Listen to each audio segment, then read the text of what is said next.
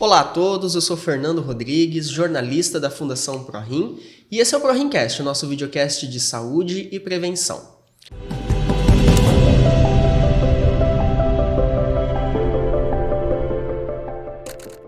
A doença renal crônica causa inúmeros transtornos ao paciente e, infelizmente, também afeta a família.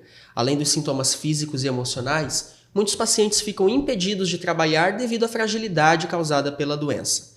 Não são raros os casos aqui na ProRim de pacientes que são provedores do lar e a falta de condições para voltar ao trabalho enfrentam, além da doença, problemas financeiros. Mas você sabia que, para amenizar esses transtornos, o paciente renal tem acesso a alguns direitos que podem ser muito úteis no enfrentamento da doença com mais dignidade? Para falar mais sobre isso, trouxemos aqui no ProRimcast Maicon Truppel Machado. Ele é advogado, mestre em mediação e pós-graduado em gestão e direito empresarial e presidente da Fundação ProRim, onde atua há 29 anos. Maicon, muito obrigado por aceitar o nosso convite, seja bem-vindo ao ProRimcast. E para começar, eu queria perguntar para ti, juridicamente falando, o que torna o paciente renal apto a se enquadrar como um deficiente físico e assim acessar aos direitos dele? Olá, Fernando. Olá a todos que estão nos acompanhando aqui. É um prazer estar no ProRimcast aqui da nossa instituição, né? E poder falar um pouquinho do direito, né? A gente fala tanto sobre saúde no ProRimcast e a gente também poder dar orientação aos pacientes que sobre o direito, isso é muito importante, porque às vezes ele não tem acesso porque não tem o desconhecimento sobre a lei, né? Uhum. E realmente uma grande discussão que existe, Fernando, é com relação o paciente renal, ele é considerado um deficiente para fins, né, dos benefícios da lei, né? Existe uma grande discussão sobre isso e em Santa Catarina ele foi um estado pioneiro porque ele, em 2021, existe uma lei estadual que equiparou o paciente renal a um deficiente físico. Isso traz muitos benefícios para esses pacientes. Por quê? Porque todos esses benefícios de compra de veículo, de acesso a benefícios do INSS, a prioridades em filas, em banco, por exemplo, isso agora ele, comprovando ser um paciente renal, ele tem direito no estado de Santa Catarina. Uhum. Existe um grande desafio e projetos de lei também tramitando no Congresso Nacional para equiparar o paciente renal também é um deficiente físico no âmbito nacional.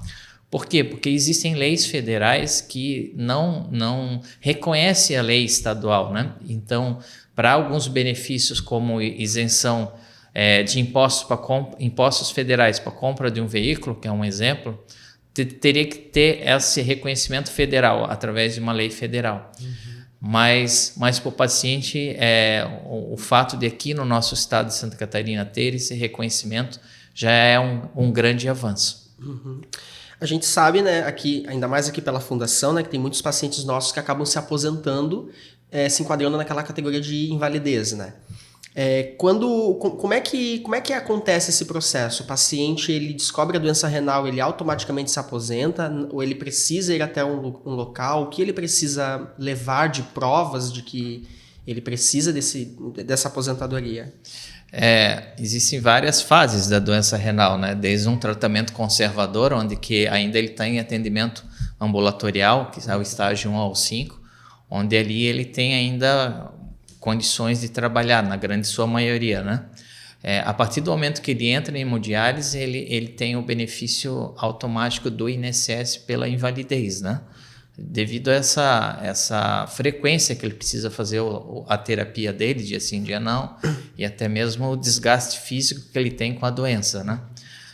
Inicialmente não é reconhecida a aposentadoria, mesmo porque ele tem a condição de estar numa lista de transplante e geralmente, a partir do momento que ele recebe um rim novo, ele está novamente apto para trabalhar, mas é difícil você falar assim, de forma genérica, que isso aplica a todos os pacientes. Por quê? Porque a doença renal, e geralmente o paciente renal, ele tem outras patologias associadas, né? Tem pacientes com amputação, né? Porque o diabetes é uma das maiores incidências da doença renal, é o fato do paciente ter o diabetes e que causa as amputações, né?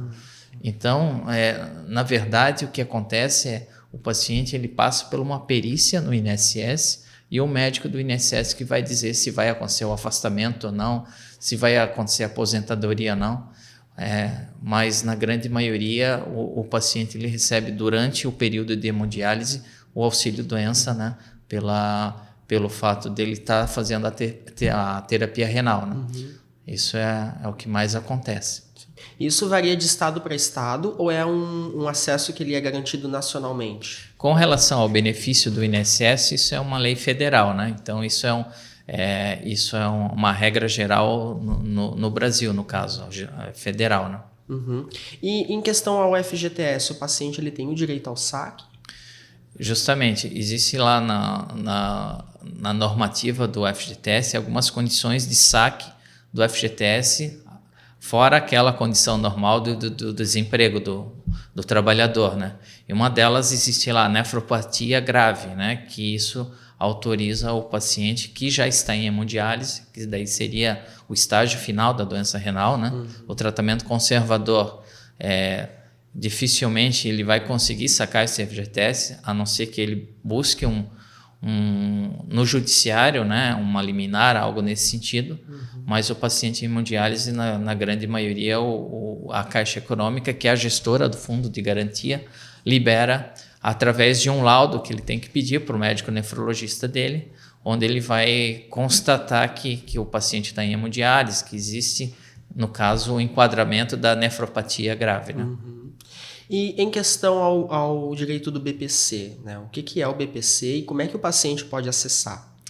Os benefícios do INSS, Fernando, são como se você paga um seguro do teu automóvel, se acontecer alguma coisa com o automóvel, você tem direito ali à indenização através do sinistro, né? No INSS não é muito diferente. A partir do momento que você contribui mensalmente para o INSS, você tem uma série de benefícios, não só a aposentadoria lá, depois de muitos anos trabalhando, mas em caso de doença, o auxílio doença, por exemplo, ou a mulher, a licença maternidade, né? Esse auxílio do governo, BPC, é para os casos que a pessoa não contribuiu para o INSS e ela está inválida.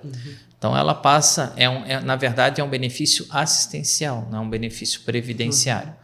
E daí ele tem que comprovar que ele não tem renda nenhuma, é feita toda uma avaliação, um estudo social da renda familiar do paciente e constatado que ele não tem realmente condições, né, de ter as assistências básicas ali de alimentação, moradia, ele recebe um salário mínimo mês, né, enquanto perdurar, né, esse estado dele de precariedade, no caso, financeira, né? A diferença para um auxílio-doença, por exemplo, esse benefício ele não tem o 13º, né? Então, são 12 contribuições durante o ano, né? E ela pode ser suspensa a partir do momento que a condição financeira do beneficiário muda, né? Então, existe uma avaliação periódica financeira, um estudo social desse beneficiário. Né?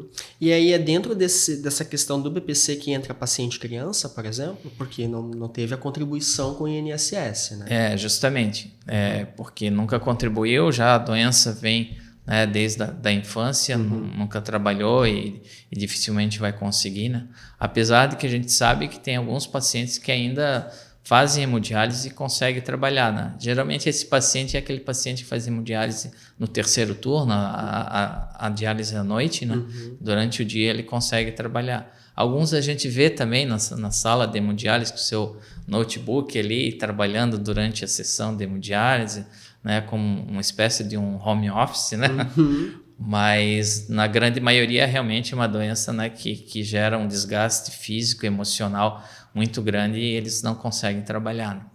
No caso ainda de criança, por exemplo, os pais podem fazer esse saque da FGTS, acessar outros benefícios para poder auxiliar o filho, porque muitos pais acabam tendo que ter a sua rotina também alterada por conta do tratamento do filho, né? Às vezes se desloca de cidade, acaba não tendo essa condição de trabalhar, né? Justamente. O FGTS, se ele nunca trabalhou, no caso ele não teria o FGTS, né? Mas, assim, existe no INSS um benefício que quando gera uma dependência de um terceiro, aquele benefício do INSS ele é acrescido em 25%. justamente devido a essa dependência de um terceiro para a vida cotidiana, né? Então isso acontece muitas vezes com o idoso, né, que precisa sempre ter um cuidador, ou até mesmo de uma criança, né, que precisa do acompanhamento de um adulto. Existe um acréscimo no valor do benefício devido a essa dependência de um terceiro. Né? E para o paciente, para o tutor desse paciente, ele acessar esses direitos, ir atrás do BPC, do FGTS, enfim, ele precisa de um auxílio jurídico ou ele próprio consegue acessar esses benefícios? Inicialmente, ele tem que procurar o INSS, né, e dar entrada no benefício. E, logicamente, se tiver alguma recusa nesse benefício, daí procurar um advogado ou a Defensoria Pública, se ele não tiver condições de contratar um advogado, né, para que esse direito seja realmente atendido ao paciente. Né?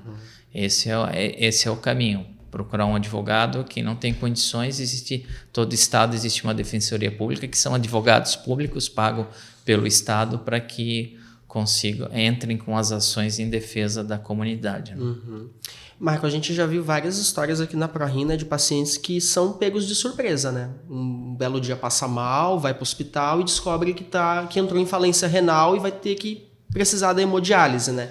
E a gente sabe o transtorno que isso pode causar na vida desse paciente, né? Por exemplo, né, sair do emprego, a renda dele não ser mais a mesma.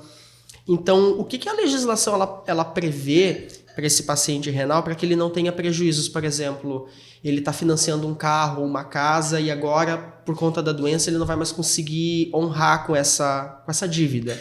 Né? Então, o que ele pode fazer para se assegurar nessa questão e não perder os bens? Justamente. Muitos desconhecem, mas todo financiamento habitacional existe um seguro que você paga junto com a parcela desse financiamento. A partir do momento que você tem uma invalidez, você tem que dar entrada no banco que você financiou do pedido de cobertura desse seguro. Muitas vezes ele quita totalmente o seu financiamento. Já vi vários casos disso acontecer. Então ele tem lá 200 mil, 300 mil de um financiamento habitacional, ele comprova a invalidez, o seguro vai lá e quita esse financiamento. Então ele não corre o risco de perder o seu imóvel. Existe uma particularidade que às vezes você financia o imóvel com a renda familiar, né? É um casal, por exemplo, né? E daí vamos dar um exemplo do homem, né? Na hora de compor a renda para conseguir o financiamento, 70% era a renda da mulher e 30% do homem, por exemplo, né? Se o homem que teve a invalidez comprovada, ele vai quitar só o 30% do financiamento, porque os outros 70% foi comprovado com a renda da mulher, um exemplo, né? Agora, ou seja, ele vai quitar aquele percentual da renda comprovada no momento da assinatura do contrato. Se 100% da renda daquele financiamento veio do paciente, então ele vai quitar 100% do financiamento. Então é proporcionalmente a quitação à renda comprovada no ato do financiamento. Né? Porque quando você financia, eles avaliam, né, o quanto que você pode pagar de parcela. Né? E do carro, existem casos também que o carro ele existe um seguro naquela parcela. Então, teria que avaliar se tem ou não tem esse seguro, mas não é obrigatório nos financiamentos. Daí, naquele caso ali, a recomendação, se ele não conseguir pagar, é vender e quitar o mais rápido possível para não perder o bem. Né? E às vezes, a pessoa também tem seguros, outros tipos de seguros, né, que também cobrem em caso de validez. Né? Mas não pagou, infelizmente, acaba perdendo, se não tiver essas coberturas de seguro. Né?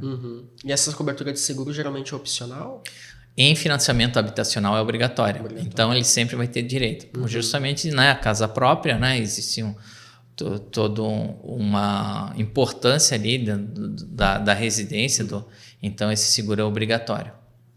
E se por acaso o paciente está em hemodiálise, ele está aposentado por invalidez e ele acaba sendo chamado para o transplante, ele transplanta. Ele perde essa aposentadoria? Como é que funciona essa questão? Não de imediato, né? Esses auxílios-doenças, né, esses afastamentos, né, por invalidez, eles periodicamente existem perícias, né? Então, depois dele transplantado, em um determinado tempo ele vai passar por uma nova perícia e o médico perito do INSS vai avaliar se ele tem condições de retornar ao trabalho ou não. Naturalmente, nos primeiros meses, a gente sabe que um paciente transplantado ele tem todo um cuidado, né? Tanto é que ele retorna periodicamente no médico para não perder aquele rim transplantado. Então, o fato de transplantar não perde automaticamente o afastamento pelo INSS. Nas próximas perícias vão ser avaliados se ele tem ou não condições de retornar ao trabalho. Entendi. Agora a gente vai entrar na questão da doação de órgãos, né? Que a gente sabe que a venda de órgãos ela é proibida no Brasil. Então, tu poderia explicar um pouquinho sobre essa questão de como é que funciona, juridicamente falando, a doação de órgãos, principalmente entre pessoas vivas, né? Que tem algumas perspectivas jurídicas mais rigorosas, né? Exatamente. Pois é, Fernanda, em 1997 foi publicada uma lei federal que regulou toda a doação de órgãos, mesmo porque o transplante, né, é uma cirurgia relativamente nova, né, na medicina brasileira, né? Então, durante um vasto período aí de 20 anos, mais ou menos, por exemplo, o primeiro transplante de rim da ProRim foi em 1978. Não existia nenhuma legislação a respeito disso, né? E só em 97 foi regulado uma lei federal. Então, praticamente durante 20 anos ocorreram transplantes em Santa Catarina e no Brasil e no mundo, mas falando do Brasil, porque é uma legislação brasileira, sem uma regulamentação mais específica com relação à doação de órgãos. E a grande preocupação justamente é o que você falou, né? A venda de um órgão, isso é considerado crime, né? Então, precisa regular para que não ocorra essa venda ilegal de órgãos, né? Comércio ilegal de órgãos. Então, a princípio, existe o doador cadáver, que é aquele que existe a doação em morte, né? A família que autoriza essa doação. Inclusive, agora, setembro, teremos o mês, né, verde, de setembro verde, de conscientização de doação de órgãos, e que, infelizmente, apenas 80%, 20% das famílias abordadas autorizam a doação de órgão, e por isso a importância do Setembro Verde, dessa conscientização. Existe que a legislação, existe uma lista de espera para transplante, e o paciente mais compatível com esse órgão vai receber esse rim para transplante. Por outro lado, tem o doador vivo, né? Nós temos 2 rins, existe a possibilidade de nós doarmos um dos rins, sem prejuízo para a nossa saúde. Só que existe um limitador aí que você tem que ser parente desse paciente para justamente evitar o comércio ilegal de órgãos. Até 4º grau. Existe a possibilidade, fora desse parentesco, de doar um órgão, né? Não só o rim, qualquer outro órgão. Existe, mas daí precisa de uma autorização judicial. Por que precisa? Para justamente o juiz vai avaliar por que eu quero doar o meu rim para o Fernando se nós não somos parentes, né? Será que o Michael está vendendo o seu rim para o Fernando, né? Não, daí eu vou falar, não, nós trabalhamos juntos aqui há já 5 anos na ProRim, eu quero doar porque eu sou amigo do Fernando, né? Ou amigo de infância. Teve alguns casos já que eu mesmo, como advogado aqui, ajudei alguns pacientes a fazer esse processo judicial, buscar essa autorização judicial, onde, por exemplo, o doador foi padrinho de casamento da paciente, né? Então, nós tínhamos lá uma foto antiga do casamento, eles no altar, com aquela foto tradicional de casamento, depois da cerimônia, tá lá o noivo, a noiva, os padrinhos, bate uma foto no altar da igreja e nós mostramos para o juiz, tá aqui, o doador vai doar para a nossa paciente, que era noiva, e ele vai doar porque eles são amigos de muitos anos, e tanto é que ele foi padrinho de casamento da paciente. E daí o juiz viu realmente que não existia nenhum comércio ali e autorizou a doação daquele órgão para a paciente, no caso de doador vivo, né? Então, é isso que o juiz vai avaliar quando não é parente, né? Qual é o grau de relacionamento, o vínculo que o paciente e o doador têm para que não fique caracterizado o comércio daquele órgão. Né? Inclusive, nós vamos assistir agora um trechinho de um depoimento da dona Osnilda, que é a nossa paciente aqui na Fundação, que ela realizou um transplante 40 anos atrás e a doação veio de uma forma um tanto curiosa. Né? Vamos assistir? Vamos lá. Então, dona Osnilda, de 15 para 16 anos fez o transplante de rim, mas quem doou esse órgão? Esse órgão ele foi doado por um presidiário, que eu não tinha doador da família, né, que tinha só... O meu irmão, na época, ele tinha 13 anos, aí ele não podia doar o rim para mim. E como o rim de cadáver era muito precário na época, que ninguém aceitava, né, fazer a doação, eu fiz um apelo na rádio e um presidiário, ele se prontificou a doar o rim em vida para mim. Daí ele veio, fez os exames, ficou no hospital comigo e doou o rim para mim. E por que ele fez isso na época? O que ele alegou? Ele alegou que ele já tinha sido liberto de 3 mortes que tinham matado os colegas dele, e como ele estava vivo ainda, ele ia servir para alguma coisa. Aí ele decidiu que ia ser doar o rim para mim. Fato bem inédito, né? E a senhora é grata a ele até hoje? Sim, sou grata a ele até hoje. Não sei, né, se ele está vivo ainda ou não, né? Porque hoje, se ele estiver vivo, ele está com 71 anos já. Já era mais velho? Sim, na época ele tinha 32 anos, que ele doou o rim para mim. Michael, a gente viu, né, que a dona Osnilda, ela recebeu o órgão, né, de uma forma um tanto inusitada, né? E anteriormente você explicou, né, que a legislação surgiu em 97. Exatamente. Né? Então é um caso um pouco atípico, né? Você pode comentar um pouquinho sobre? Mas parece atípico, mas a gente tem várias histórias inusitadas assim, de doação entre vivos, né? Mas realmente, primeiro a gente fica muito feliz, né, de ver um paciente há 40 anos transplantado, né, o quanto que isso trouxe, né, de qualidade de vida para ela, né, que antes fazia hemodiálise e hoje está transplantada e é uma vida há 40 anos, né. Vários pacientes têm esse período muito longo de transplante e cuidam, né, do seu rim transplantado, né. E o caso dela, realmente, se você retroagir 40 anos, né, estamos em 2025, cai naquele período que eu comentei que não existia uma legislação específica para doação de órgãos, né? Onde hoje proíbe a doação de órgãos que não seja parentes, né? Ou até o 4º grau, né? E que não que proíbe, mas teria que pedir uma autorização judicial. Provavelmente na época não precisou dessa autorização judicial, foi só uma declaração realmente de doação, envolvendo, como acontece hoje, só a comunicação para o Ministério Público. Mas se hoje fosse nesse momento a doação, teria, como não existe um grau de parentesco entre a paciente e ali o doador, teria que pedir autorização judicial, que certamente ia ser autorizado também, né? Porque o fato de o paciente ali, o doador estar preso, né, já caracteriza que não está sendo vendido aquele órgão, né?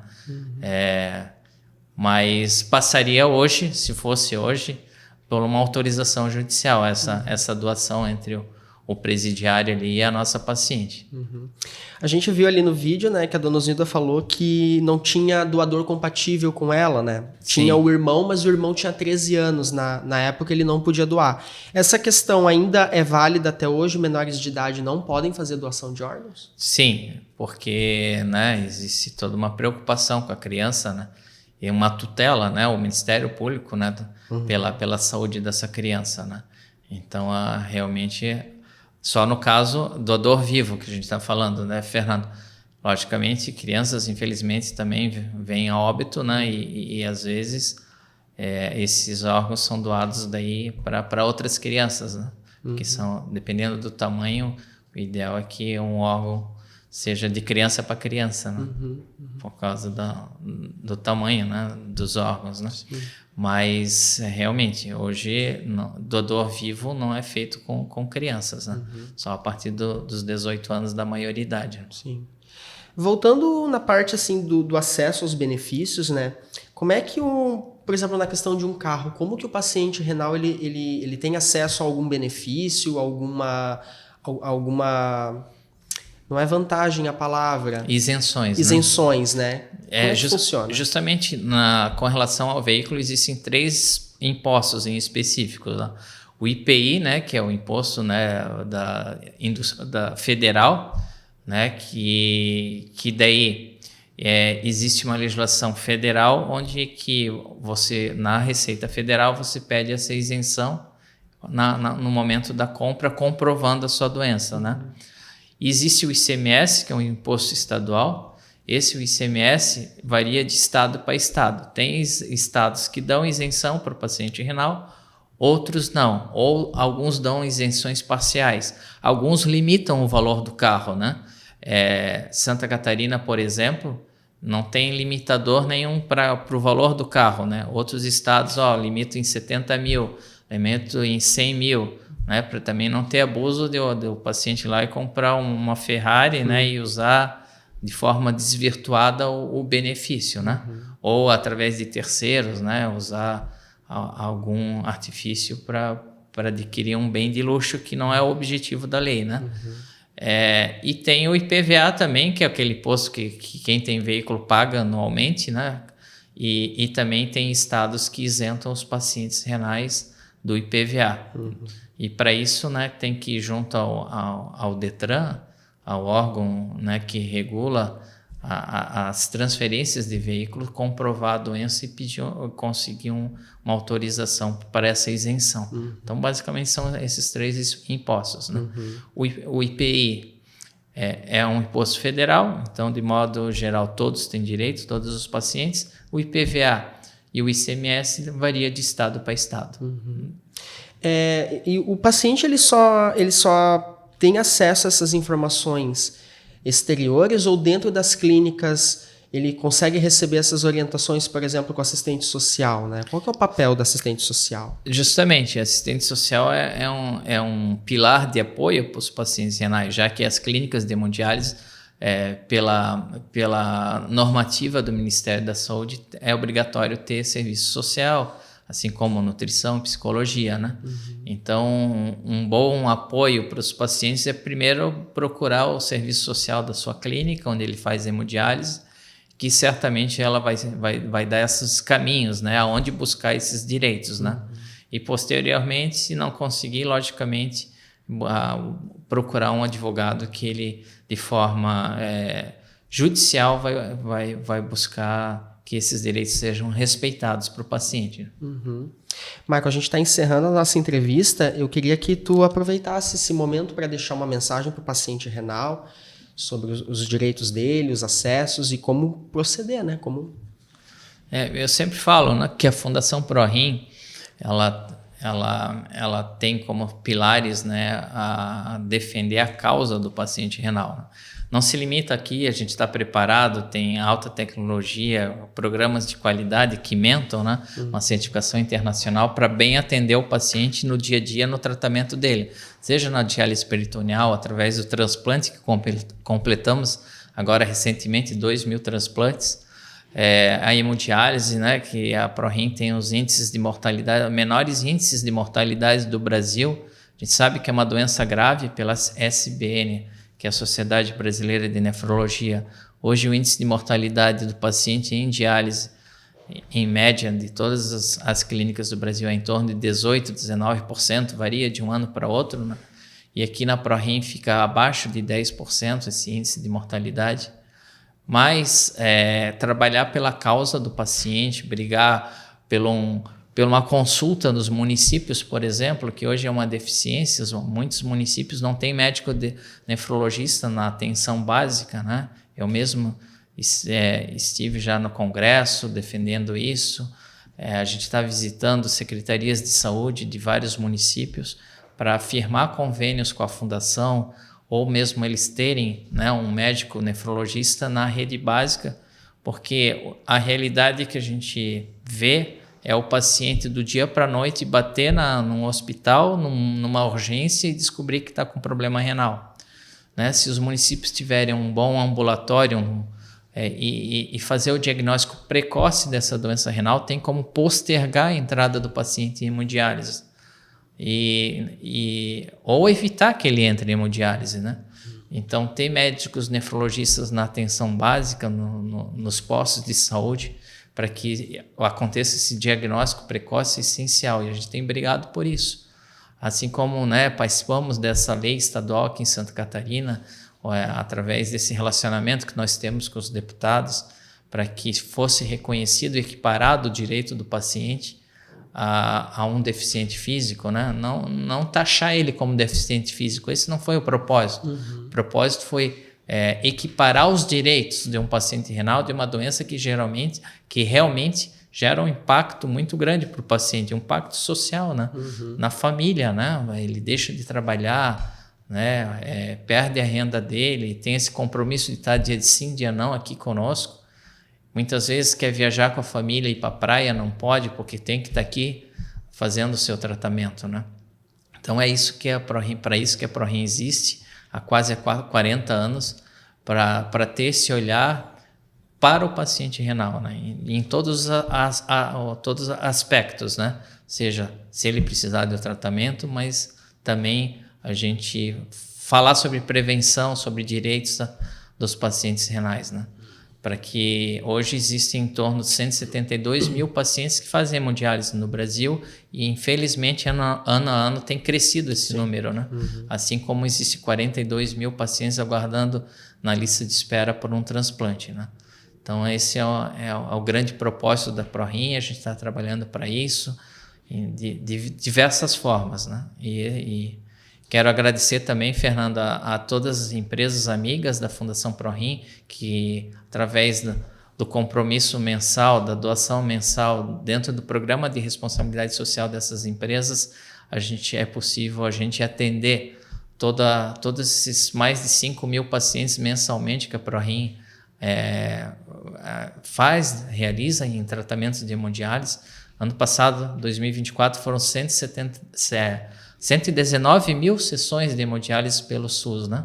Se nós multiplicarmos por 4 horas, dá quase 500 mil horas de tratamento realizados ano passado pela Fundação ProRim em diversas cidades, né? Atendemos também através do transplante pacientes do Brasil todo. Isso é possível graças às empresas amigas, a comunidade que doa mensalmente para a Fundação ProRim na conta do telefone de energia elétrica, e aquele que ainda não está contribuindo, que possa ajudar a ProRim, a gente convida para entrar no nosso site doeprorim.org.br para que a gente possa cada vez mais atender essa população e diminuir o sofrimento desse paciente renal. Nós agora mesmo, essa semana, saiu uma matéria no Jornal Nacional. Existem 1.000 pacientes fazendo hemodiálise internados em hospitais por falta de vagas em clínicas de hemodiálise no Brasil. A partir do momento que o paciente está internado, então essa rotina dele, de dia sim, dia não, vira 24 horas, 7 vezes por semana dentro do hospital, sujeito a pegar uma infecção hospitalar e agravar ainda mais a doença dele, né? Ainda mais desgastante, né? Fora que ele está tirando a oportunidade de outro paciente estar usando aquele leito, que a gente sabe que os hospitais públicos, de modo geral, estão com a superlotação dos seus hospitais. Então, hoje, saber que tem 1.000 pacientes aguardando por uma vaga numa clínica de hemodiálise, algo muito grave, que tem que ter esse olhar. E graças ao trabalho da ProRim, onde a ProRim está, a gente não tem essa demanda reprimida, né? Que não é uma realidade do Brasil, né? Infelizmente. Então é isso, agradecer e que os pacientes renais vejam a ProRim como um apoio para eles, para tudo que eles precisarem, não só no tratamento, mas na ajuda, pela briga, pela causa, né? Pela luta pela causa, e também ao mesmo tempo agradecer todos aqueles que apoiam e tornam-se sustentável essa fundação, que é filantrópica, que atende 99% SUS e que estará completando aí nos próximos 2 anos, 40 anos de um trabalho aí muito reconhecido. Muito obrigado, Maicon, pela participação, pelas informações. A gente não tem dúvidas do quanto os pacientes eles precisam, né, desse auxílio, e também tirar essas dúvidas, né, porque são tantas questões, né, que a gente fica perdido, né? Eu, durante a pesquisa mesmo, vi que são muitos detalhes, são muitas coisas, né, que ele tem o direito e que às vezes acaba não tendo o acesso ao conhecimento, né, desse direito. Justamente. Agradeço a todos que assistiram até aqui, nos vemos na próxima. Deixe seu like, curta, compartilhe E mande sua sugestão de pauta para comunicação@prorim.org.br e no nosso site prorim.org.br tem muitos conteúdos e muitos e-books lá esperando por você. Até lá!